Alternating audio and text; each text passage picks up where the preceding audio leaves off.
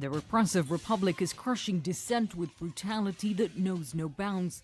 Kurdish cities like this one bearing the brunt of an unforgiving crackdown that's left no place safe, with security forces now hunting down the injured.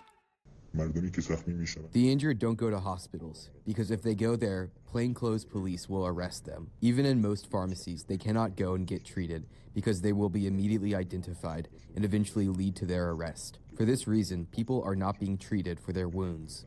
This is the leg of a 14-year-old boy peppered with what appears to be bird-shot wounds.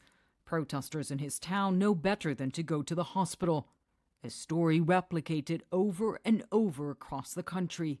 Doctors, protesters, and a human rights group tell CNN hospitals have turned into a trap, too dangerous for protesters. A doctor inside Iran who doesn't want to be identified for his safety spoke to us through the voice of a translator.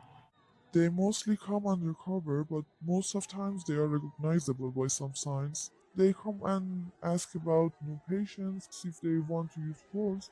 We have to answer them.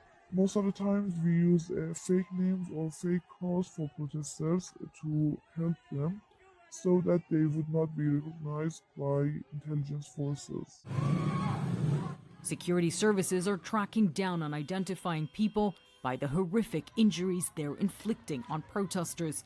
And it's not just at hospitals. Protesters say ambulances are being used to detain people. In this video, people attack an ambulance with security forces inside. The narrator says protesters are saving a girl.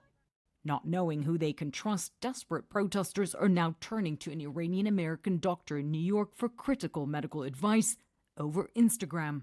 The pictures they would send me are, as basic as, fractures and when they're running away from the police versus like brutal beatings. People have sent me skull fractures that they're trying to treat in their house.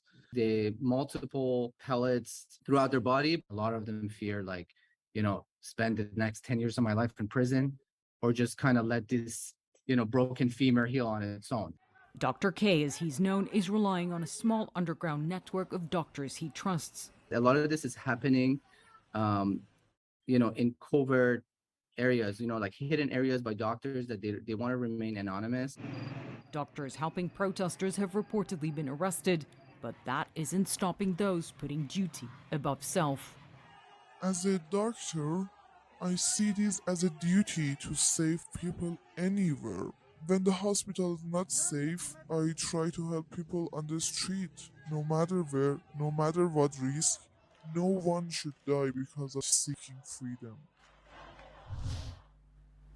And Aaron, we did ask the Iranian government about the apparent arrest of protesters at hospitals and clinics, but the Iranian government did not respond to our request for comment.